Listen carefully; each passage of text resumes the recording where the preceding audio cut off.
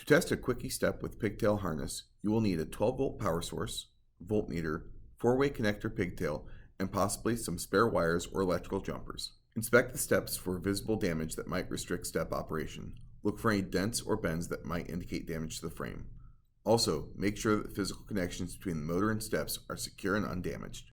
Once physical damage has been eliminated as the cause for concern, grab your 4-way pigtail connector to be used as a test harness. Under the step, disconnect the current 4-way connector and connect the step half to the 4-way pigtail to allow for testing. Place the battery nearby to make testing easier, or utilize your jumper wires if not able to keep it close enough. Use a jumper wire to connect the negative terminal on the battery to the green ground wire on the steps. Then touch the red wire from the 4-way to your positive side. When the red wire makes contact, the step should extend. Secure the red wire to the power source for further testing. With the power and ground connections complete, all functions of the control unit can be checked with the wires on the pigtail.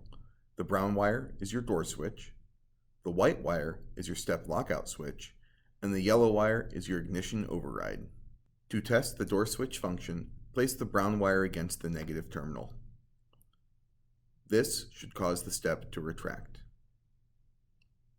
Next, remove the brown wire from the negative terminal, and the step should extend back out. Now we will test the step lockout feature. With the step extended, connect the white wire to the positive battery terminal and attach the brown wire to the negative battery terminal. The step should remain out at this time since the white wire is locking it out. Finally, we will test the ignition override.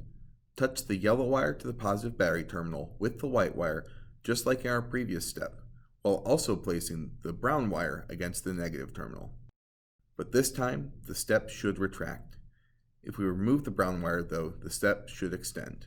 If any of the step functions did not work, the source of the malfunction is either in the control unit or the motor.